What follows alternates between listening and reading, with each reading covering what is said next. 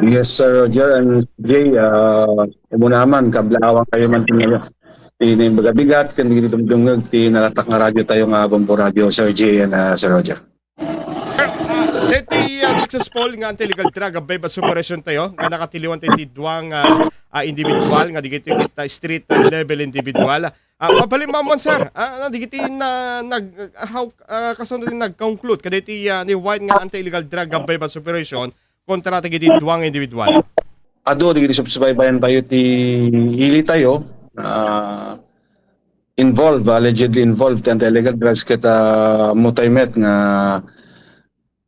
ala kami di intelligence packet ako nami, and then illegal man, naka-establish kami ti confidential informant, na continuous monitoring tayo dapo kita deto, kita ti subject me, ket ni fall, and then subsequently kita kadwa namet gayam, deti kapsat namet lang, so dakit na naaktuan, naglako ti illegal nga droga, bomb project.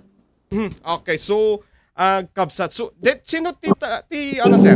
Nagbalin nga main target ti anti-illegal drug bebas operation tayo. Deti natatayo nga, deti agtawin ti talupulog inhem or agtawin ti talupulog talo. Apo hepe, sir. Deti Paul ti subject me, main subject me, Sir Roger.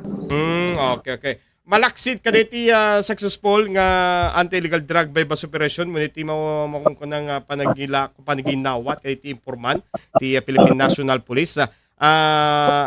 Manu di kiti na kumpiskar tayo sir, ng illegal nga droga kontra ka diti agkapsat sir. More or less, dua nga sa siya, bombo Roger, tinaala tayo. Ti talagang eksakto nga gramon na tawang kami pinaala ti resulta from the crime lab, Sir Roger. Okay.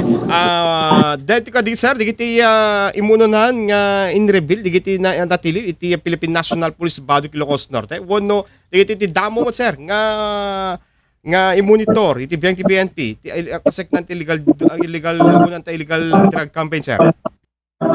Aside bombo Roger, kiti maalalat yung impormasyon, kiti may muna natili kat adupay, bombo Roger, ti establish tayo nga confidential informant tayo kan babaen ti pinagdaloy ti intelligence tayo iti hili tayo badok ket adu di man monitor mi Sir Roger, kinikarkarigatan tayo nga ag-establish ti anti-illegal drugs operation kanya dat agsardeng ken rehabilitate da actually we will consider na punishment ti obrante nga drug operation do ket di mapagbaliwan daw na ma-rehabilitate da para may sardeng dan ti anyaman nga pinaggamit kung pinaglakot illegal nga droga pamproja. Okay. Andamat nga digiti drug amat nga may karaman kadi drug surrender ti badok digiti agkapsat sir. Based on my knowledge, may sada pamproja nga drug surrenderies. Okay. Sir, digiti agkapsat karamang ka digiti madagtakamat nga drug group diti probinsya ti Ilocos Norte. Apo hepe. Amek di Bombo Roger, kasali ti drug group Bombo Roger. Okay. Malaksik ka digiti sir, diti alleged nga pa naglakot ti druga, anap iti trabaho digiti agkapsat apo hepe. Diti may sa Bombo Roger kita may mekaniko kundi ti mesa ket apply abroad Bombo Roger may apparently makatawon sa Orion na di application na for abroad nagapong abroad so na datin. Rumor sir base iti impormasyon ti Bombo Radyo, an nga karaman kadagiti or membro ti barangay Tanod, iti may isang barangay dita Baduk Ilocos Norte, iti may isang kadagiti suspect sir. When sa Bombo Roger, ta deta ket jakpat pay nadamag membro sa Bombo Roger Jack Mariro. Okay, okay. So kadagiti guntaway sir, kumusta? Iti pa nakaipilat kaso kontra kadagiti duwang agkapsat apo hepe. When Bombo Roger, ilapis mi lang dito necessary documents for the filing of cases can aminado damet Bombo Roger, hindi pinaki umantay kanya dahil sinadaan da kanomet nga agbalbaliwan Bombo Roger sapay ko mat tugon dawin na nga makarawardan balbali ko talaga tiyata nga aramid ng Bombo Roger.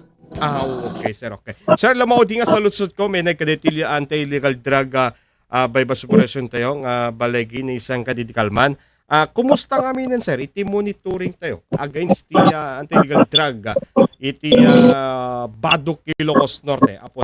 Well, Bombo Roger, knowing Badok history ket tatta makunatay met nga man-manage tayo met pelang kan hantayo agsar din nga mang dalos wenno mang tulong kadagiti biktimada ken isuda mismo nga tulungan tayo isuda nga isar din danti